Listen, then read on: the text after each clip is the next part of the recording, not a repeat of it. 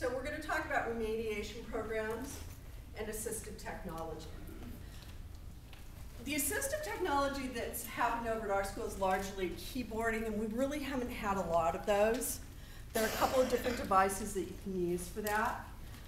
My experience with that, frankly, is more with my son, because it's part of his IEP. But I want to talk to you about some of the positive things that can happen with that based on that experience, even though that's an IEP and not an RTI situation, just so you know how this can be helpful. He's got very bad fine motor, extremely difficult to read. He's in middle school, starting to slow down his writing productivity severely. He's not a bad keyboarder. So we started out with an Alpha Smart, which is a keyboard with a small display, to get him used to that, and that helped a bit.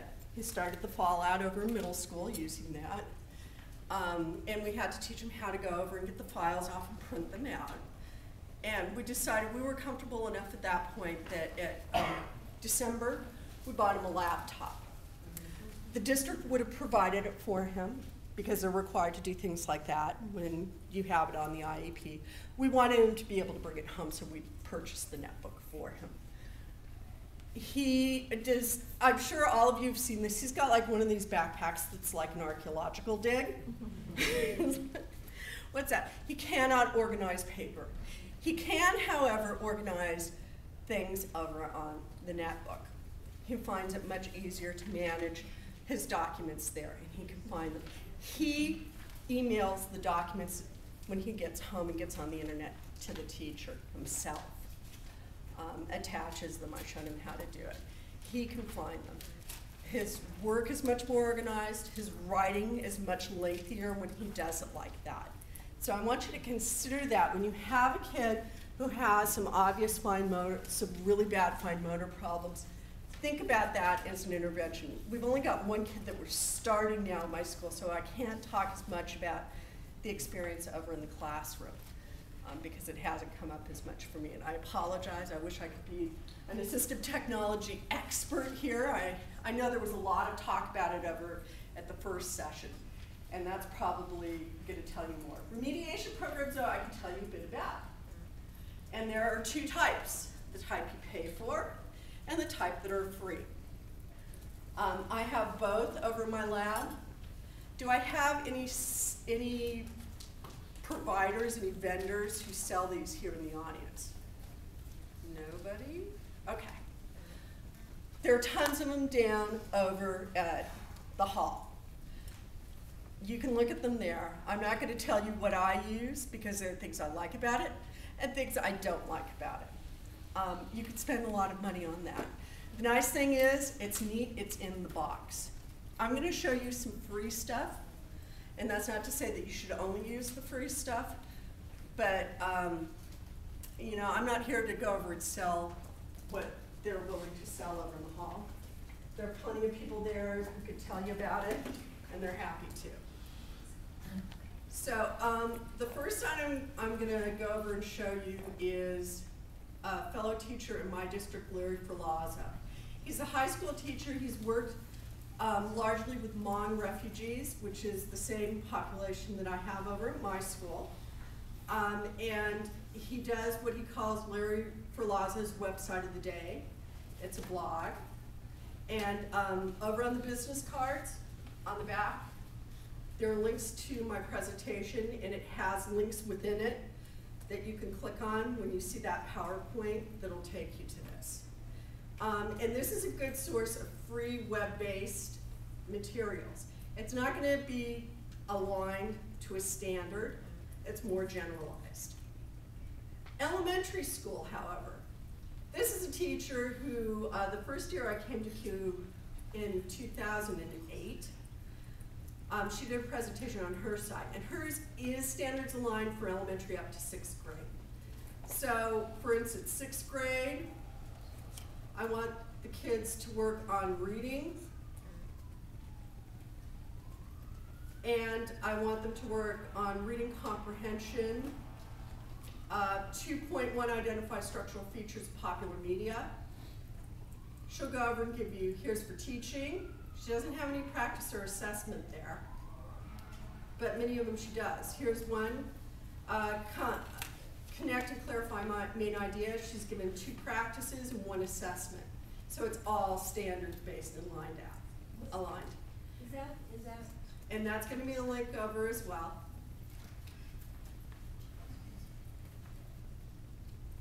So that's a really good free resource. Another blog list, a blog-based resource list is Instructify. It's out of UNC.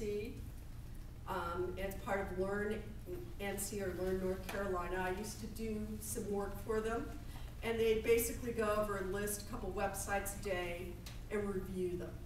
Once again, it's not going to give you the standard and the activity, but it's going to give you a lot of different resources, and you can probably find something within it that'll be useful. And so my suggestion would be to either yourself or find somebody who's interested in doing this, to go over and start subscribing to blogs like Lyric for Lazos and Instructify, so that the blogs go out to you on reader form. How many people have Google Reader blog lines out there? Okay. My Yahoo? Anybody doing that? Okay. Let's show what that looks like. A blog reader, what it does is it goes out and grabs new posts that people put up. And Lyric puts up multiple posts a day. Frankly, I don't know how he does it. I think he doesn't sleep. People ask me, and I'm like, I don't know. I work in the same district with a guy. I've been to his house. He must never sleep. But it'll push down, and they'll all appear. So here it is, a nice long list, and you can go through them one at a time. So here, 2-time slideshows on the Olympics. So a lot of it's sometimes it's more subject matter oriented. He's like saying, hey, you need some links over on the Olympics as a subject. Here it is. Then he does a unit on HIV with high school students. There's a link for that. And it'll push it out, and you can just go through and see them, see if they're useful, and start keeping the links yourself as activities for the students. Does this to 5, did that make any sense to anybody what I was saying? Okay, good. So, those are some really good resources. Now this is supposed to end at 12, and I still have 15 minutes, and I've been talking too long. I need a break. I'm going to ask folks, do you have resources that you can share? Because I'm sure, like I said, I was kind of dragging into this. I'm not an RTI expert. Are there resources that your school or district is using? Come on, how about Ms. Mercer? It'll make my job easier doing the SSTs. Share? Share? Anybody?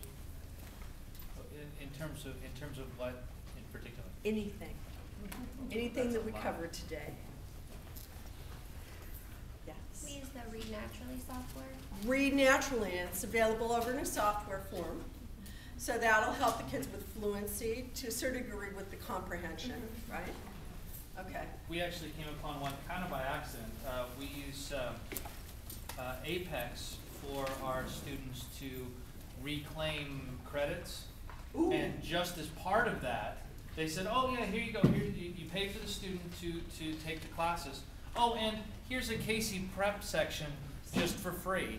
And so we can sign any kid up that we want on the Casey side, have any teacher do it, and the very first thing it does is give them a mock Casey. So you get a mock Casey score right off the bat, and then it gives them lessons based on, or it gives them review and practice on those sections that they didn't pass. You still need a teacher to go in and see it and go, okay, so we need to teach this kid this standard and this standard and this standard, but it came with Apex, so it was like, oh, hey, and you may not, people may not be aware of that, and so that's a good resource to go.